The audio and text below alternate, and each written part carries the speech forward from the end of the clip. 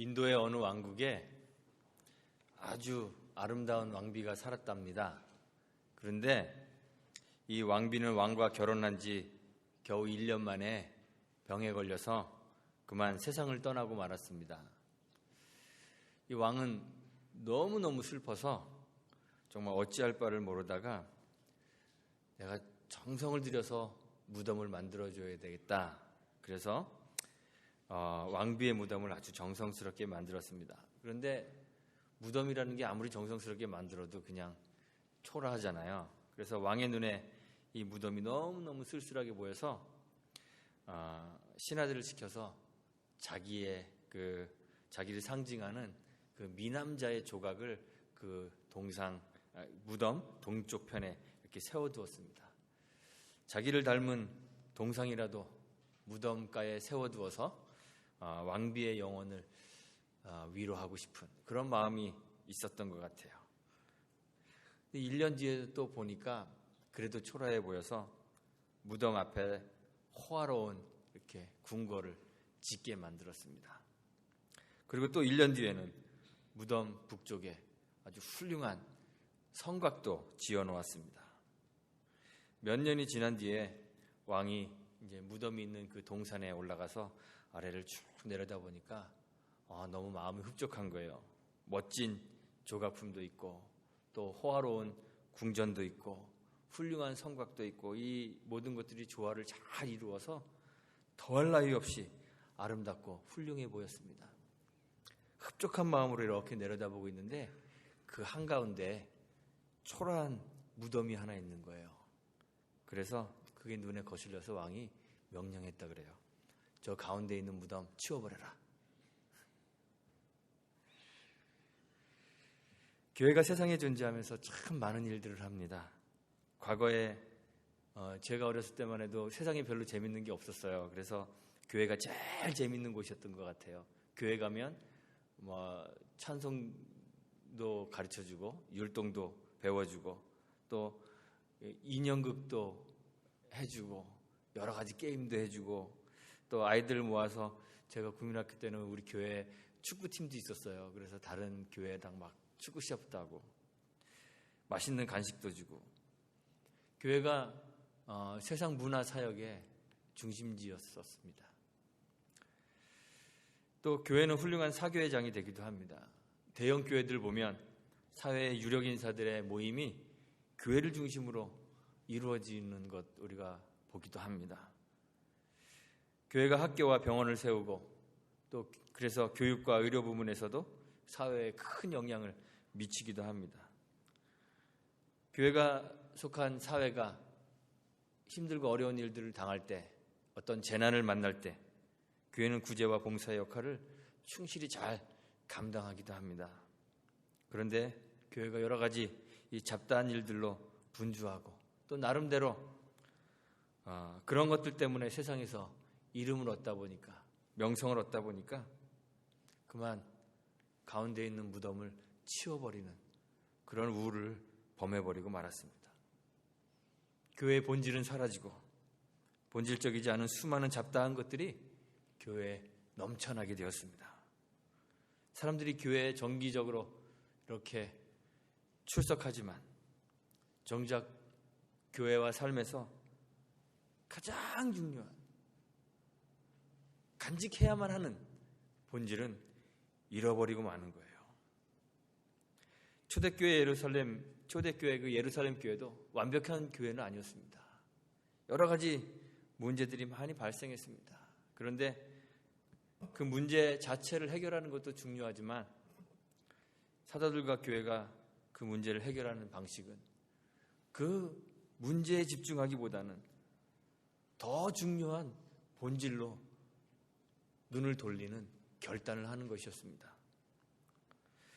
사도들은 헬라파 과부들을 구제해 주는 것, 그들에게 매일 음식을 제공해 주고 그들과 식탁에 교제를 나누기 위하여 더 많은 시간을 할애하고 더 많은 열정을 투자할 수도 있었지만 그렇게 하지 않고 교회의 본질적 사명에 더 충실하기로 그렇게 결정을 내렸습니다.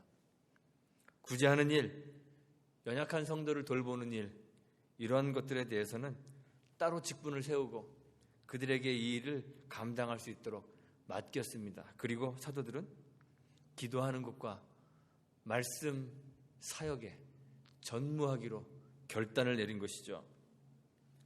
말씀은 교회의 기초입니다. 세상이 무엇으로 창조됐는지 아시죠? 말씀으로 창조되었습니다.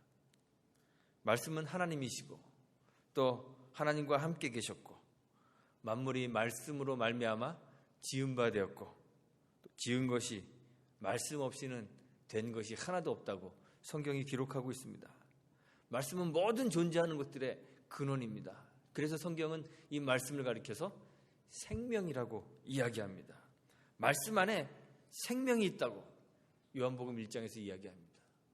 요한복음 1장이 이야기하는 것처럼 말씀은 하나님이시고 말씀은 생명이신데 그 말씀이 육신이 되어 우리 가운데 거하셨습니다. 우리 가운데 거하시는 말씀이신 그 예수님께서 교회를 누구의 교회라고 불렀는지 아시나요? 내 교회, 당신의 교회라고 그렇게 부르셨습니다. 그래서 바울은 말씀이신 그리스도가 교회의 기초라고 그랬습니다. 사도들과 선지자들의 터 위에 교회가 세워졌다고 했습니다. 이 말은 사도들과 선지자가 교회의 기초라는 말이 아닙니다. 그리스도의 가르침, 그리스도에 대한 사도들의 그리고 선지자들의 신앙 고백과 그들이 전한 복음 위에, 복음의 그 말씀 위에 교회가 세워졌다는 말입니다. 그래서 교회는 말씀을 들어야 하고 말씀대로 살아야 하고 말씀을 전해야 합니다. 말씀은 교회가 서 있는 흔들리지 않는 기초이기 때문에 문제가 발생하면 교회는 문제를 쳐다볼 것이 아니라 말씀으로 다시 돌아가야 되는 것이에요. 그래서 사도들이 말씀 사역에 전무하는 것 당연한 일입니다. 뿐만 아닙니다. 사도들은 기도에 전무하겠다고 했습니다. 기도 역시 교회와 신앙의 본질입니다.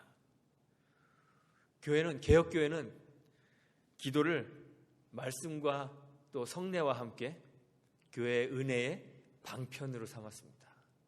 하나님의 은혜가 우리에게 전달되는 방편, 통로는 세 가지밖에 없습니다. 첫째는 말씀이고 들려지는 말씀. 둘째는 성례입니다. 보여지는 말씀입니다. 그리고 세 번째는 기도입니다. 하나님께서는 하나님의 백성을 구원하실 때 구원받는 백성들에게 원하시는 것이 있습니다. 하나님이 여러분들 뭘 원하셔서 여러분들을 구원하셨을까요? 그것은 바로 하나님을 의지하는 것입니다. 하나님을 기대는 것이에요. 하나님은 자기 백성을 선택하실 때 그들에게 어떤 대단한 일을 시키려고 선택하신 것이 아닙니다. 하나님은 사람들에게 거대하고 화려한 신전을 지어달라고 요구하지 않으십니다. 하나님은 매일매일 살찐 황소 한 마리씩 먹어치워버리는 그런 탐욕스러운 신이 아닙니다. 다윗이 역대상 29장 11절에서 여호와여 광대하심과 권능과 영광과 이김과 위엄이 다 주께 속하였사오니 천지에 있는 것이 다 주의 것이로소이다. 여호와여 주권도 주께 속하였사오니 주는 높으사 만유의 머리이심이니이다. 이렇게 고백한 것처럼 세상과 세상에 있는 모든 것이 다 주님의 것입니다. 그분은 우리에게서 동전 한 입도 요구하실 필요가 없으십니다. 그분은 능력이 한이 없으신 분이십니다. 천지를 창조하시고 천지를 주재하십니다. 인간의 생사화복을 친히 주관하시며 우리의 도움 없이 세상을 주님의 뜻대로 움직이시는 그러한 분이십니다. 하나님은 우리의 도움을 필요로 하는, 또 무언가 부족하셔서 우리의 섬김을 받으셔야 하는 그러한 분이 아니십니다. 그래서 다윗이 자신만 혼자 아름다운 왕궁에서 거하는 것이 하나님 앞에 죄송스러워서 하나님께 내가 집을 지어드려야 되겠다, 이런 마음이 들었을 때 하나님이 어떻게 하시죠? 다윗을 만류하십니다. 하지 말아라. 집을 세우는 것에 관해서는 다윗이 하나님의 집을 세워드리는 것이 아니라 하나님이 다윗의 집을 세워주시겠다고 약속하셨습니다. 그리고 그 약속을 신실하게 지키시죠. 다윗의 집을 영원히 세워주시기 위해서 독생자 예수 그리스도를 우리에게 보내주시기까지 신실하게 자기의 약속을 스스로 지키시는 분이 하나님이십니다. 하나님은 우리를 부르실 때 하나님의 일을 하게 하기 위한 조력자로 우리를 부르신 것이 아니라 우리를 자녀로 부르셨습니다. 어린 자녀가 그 부모를 전적으로 의지해야 하는 것처럼 우리가 자녀로 부름받았기 때문에 하나님을 전적으로 의지해야 되는 것입니다. 그런데 교회가 하나님께 뭘 좀 해드리겠다고 분주하게 왔다 갔다 하면서 하나님의 손길을 그냥 뿌리쳐요. 하나님의 음성은 들으려고 하지 않고 일에만 집중합니다. 교회는 하나님을 의지해야 합니다. 하나님을 위해 무언가를 하는 것이 교회가 아니라 하나님을 의지하는 것이 교회입니다. 우리를 위해 일하시는 그 하나님을 온전히 의지하여서 그의 인도하심에, 그 손길에 우리의 삶을 그냥 탁 맡겨놓는 것이 교회가 하는 일입니다. 하나님은 당신의 백성이 하나님을 절대적으로 의지하게 하시기 위해서 성경에 보면 약하고 보잘것없는 것들을 들어서 사용하십니다. 바울이 고린도전서 1장 26절에서 성도들에 대해서 이야기하죠. 형제들아, 너희를 부르심을 보라. 육체를 따라 지혜 있는 자가 많지 아니하며 능한 자가 많지 아니하며 문벌 좋은 자가 많지 아니하도다. 다 보잘것없다는 얘기예요. 베드로와 요한이 관원과 장로와 서기관들과 대제사장의 문중 앞에 섰을 때, 그들 앞에서 설교할 때 사람들이 놀라죠. 왜 놀랐을까요? 듣고 있던 사람들이 이 사도들 본래 학문이 없는 범인으로 알고 있었는데, 성경이 이야기합니다. 학식이 낮은, 요즘 말로 가방끈이 짧은 그런 사람들이라는 말입니다. 하나님께서는 기드온을 사사로 선택하셨습니다. 그리고 미디안과 전쟁하게 하셨는데, 전쟁에 참여하기 위해 모여든 사람들 32,000명을 집으로 돌려보냈습니다. 그리고 300명만 남겨두어서 메뚜기 떼처럼 많은 미디안의 군사와 상대하도록 하셨습니다. 그리고 그들은 칼과 창을 들지 못하게 하고요, 그들의 무기는 항아리와 횃불이었습니다. 그래서 군사의 숫자나 무기의 우수함 이런 것들을 의지하지 않고 오직 하나님만 의지할 수밖에 없도록 그렇게 만드셨습니다. 하나님이 이스라엘을 애굽에서 건져내실 때에도 이집트 왕궁에서 최고의 학문을 공부하고 한 주먹으로 사람을 때려잡을 수 있을 만큼 강하고 용맹한 모세를 사용하지 않으셨습니다. 그를 광야로 내모셔서 40년 동안 요즘 말로 그냥 썩게 만드시고 의기소침하고 말도 다 어눌해진 80세의 모세가 되게 하시고, 그리고 그를 사용하셨습니다. 그래서 하나님만 의지할 수밖에 없도록 만드셨습니다. 실제로 사도들과 신자들은 다 약하고 비천하며 무지하고 두려움이 많은 그런 사람들이었습니다. 그래서 하나님을 의지해야만 했습니다. 그런데 꼭 그래서만이 아닙니다. 지식이 높아져도, 가진 것이 많아져도, 능력이 더해져도 하나님을 의지해야만 하는 것이 신앙입니다. 사도들은 하나님과 그리스도를 알아가면 알아갈수록 더욱더 하나님을 의지하게 되었습니다. 성령 강림 이후에 사도들에게는 성령의 능력이 함께 주어졌습니다. 방언으로 말하며 복음을 전했습니다. 계시의 은사가 주어졌습니다. 주님께서 하셨던 말씀들이 막 기억나기 시작했고 그것이 이해되고 깨닫게 되었습니다. 말씀대로 살고 싶은 의지도 생겼습니다. 여러 위협과 죽음 앞에서도 복음을 전하는 담대함도 생겼습니다. 병 고치는 능력이 생겼습니다. 귀신을 쫓아내는 능력도 생겼습니다. 옥에서 기적적으로 구출함을 받는 이적의 능력도 가지게 되었습니다. 따르는 무리들도 점점점 많아졌습니다.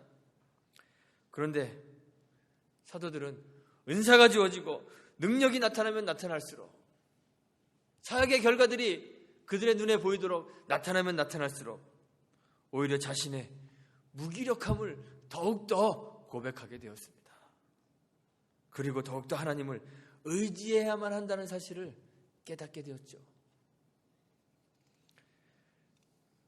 사도 바울은 지난주 제가 추수감사절 설교에서 말씀드린 대로 더 많이 수고하고 더 많이 능력을 나타내 보이고 더 많은 전도의 열매들을 얻어내고 있었는데 자기의 무기력함에 대한 그 고백이 점점점 강해집니다. 사도 중에 가장 작은 자라고 했습니다. 그러다가 사도라 불리기를 감당치 못할 자라고 했습니다. 성도 중에 가장 작은 자보다 더 작은 자라고 했습니다. 그리고 나중에는 나는 죄인 중에 괴수입니다. 자기의 무능력과 자신의 무기력을 하나님 앞에 고백하게 되는 것이죠. 그래서 사도들은 성령의 도움 없이는, 늘 공급해 주시는 성령의 능력이 없이는 주의 사도로서의 사역을 감당할 수 없는 존재임을 깨닫고 고백할 수밖에 없었습니다. 그래서 기도합니다. 기도하지 않고는 감당할 수 없는 존재이기 때문에 기도합니다. 문제 앞에 설 때마다 기도해야 했습니다. 주님께서 부활하신 후에 하늘로 떠나시고 아직 성령은 강림하지 않아서 제자들의 마음에 미래에 대한 불안이 있습니다. 초조합니다. 스스로 무기력감 때문에 문을 잠그고 두려워합니다. 그런데 사도들과 신자들이 했던 것은 유력자를 찾아다니며 보호를 요청하고 안전을 도모하는 것이 아니라 기도하는 것입니다. 결혼된 사도 한 명을 다시 선출할 때도, 또는 사역을 감당하게 하기 위해서 집사들을 선출할 때에도 교회는 선거운동을 하거나 서류를 심사하거나 면접하거나 투표하지 않았습니다. 기도했습니다. 사도들이 공회에 잡혔다가 도무지 예수의 이름으로 말하지도 말고 가르치지도 말라는 위협을 받고 풀려났을 때 사도들과 교회가 한 것은 이 당면한 위협을 어떻게 극복해낼까 회의하거나 호들갑을 떨지 않았습니다. 기도했습니다. 기도는 우리의 연약함을 고백하는 것이며 하나님의 능력을 우리의 삶 가운데로 가지고 오는 통로입니다. 예수님은 귀신을 쫓아내고 병든 자를 고치는 것 같은 하나님의 능력이 기도와 금식 외에는 나타날 수 없다고 말씀하셨습니다. 기도는 우리의 싸움을 하나님의 싸움으로 바꾸어 놓는 열쇠가 됩니다. 그런데 오늘날의 교회는 우리는 기도하지 않습니다. 하나님을 의지하지 않으며 자신의 무가치함에 대한 자각이 없습니다. 교회를 교회답게 만든다고 생각하는 그런 일들이 너무너무 많아서, 하나님을 위해 내가 해야 될 일이 너무너무 많아서 기도할 시간이 없습니다. 하나님이 우리를 부르신 것은 분주하게 하나님을 위해서 무언가 큰 일을 하라고 부르신 것이 아닌데, 하나님을 의지하는 자녀로 부르셨다는 사실을 자꾸 잊어버립니다. 기도하라고 부르셨는데 본질적이지 않은 다른 많은 일 때문에 분주하여서 기도하지 않습니다. 하나님보다 다른 것들을 더 많이 의지합니다. 요즘 교회들이 목사의 명성을 의지하고 교회의 부유함을 의지하고 세상의 권력을 의지하죠. 하나님보다 더 의지합니다. 그래서 어떤 목사님은 아들을 위해서 교회를 지어주고 개척을 했는데요. 개척하는 첫날 6,000명이 모였다나 그렇더라고요. 교회가 목사의 명성을 의지하는, 그래서 활동도 많아지고 교회가 사역도 많은데 기도하는 성도들은 점점 줄어갑니다. 교회에 정해진 기도 모임에 참여하는 것 말하는 것이 아닙니다. 삶에서 하나님을 의지하고 늘 그의 음성을 듣고 그와 교제하는, 쉬지 않고 하는 기도를 말하는 것입니다. 교회가 다른 일에 분주하여서 본질을 잃어버리는 것 참으로 슬픈 일입니다. 본질로 돌아가야 합니다. 사람들이 많아지고 많이 구제하고 식탁의 나눔과 교제가 많아지고 봉사활동과 사역이 다양해지고 은사가 풍성해지고 교회가 학교도 짓고 병원도 짓고 요즘엔 교도소도 짓더라고요. 교도소도 짓고 정치적 파워가 막강해지는 것, 이러한 것들은 교회가 교회임을 증명해 주는 것들이 아닙니다. 그건 교회가 하는 일이 아닙니다. 말씀과 기도가 사라지면 교회가 아니고 신자도 아닙니다. 말씀 안에 거하고 계십니까? 늘 하나님의 말씀과 함께 살며 말씀을 묵상하고 계십니까? 말씀이 삶에서 들려지도록 말씀에 순종하는 삶을 살고 계십니까? 기도하십니까? 스스로의 약함을 고백하며 하나님의 인도하심을 기다리며 살고 계십니까? 인생의 문제를 만날 때마다 다른 것 의지하지 않고 하나님 의지하며 살고 계십니까? 돈보다 하나님이 더 좋으십니까? 세상의 권력과 지식보다 하나님이 더 좋으십니까? 편안하고 안락한 것보다 하나님이 더 좋으십니까? 우리를 자녀로 부르신 하나님의 부르심을 기억하며 늘 기도로 우리의 약함을 고백하고 하나님을 의지하는 참 신자가 되시기를 간절히 소망합니다. 복잡 가난한 이 세상 속에서 본질을 찾아 본질로 돌아가는 저와 여러분들이 되시기를 주님의 이름으로 축원합니다. 함께 기도합니다. 하나님 감사합니다. 우리를 자녀로 부르셨는데 우리는 마치 우리가 종인 것처럼 그렇게 신앙생활합니다. 내가 주님을 위하여 무언가를 해야만 하는 강박관념 속에 살아갑니다.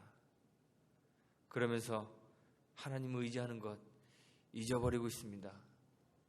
기도하며 하나님의 그 생명과 능력이 우리 가운데 깃들어야 하는 것 잊어버리고 살아갈 때가 참 많이 있습니다.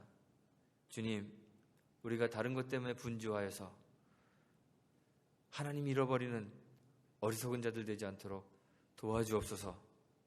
날마다 우리의 심령 속에서 내주하시는 성령의 음성을 들려주셔서 그 주님과 그 성령과 교제하고 기도하며 주님을 의지하는 신실한 주의 백성들 되도록 도와주시기를 간절히 원합니다.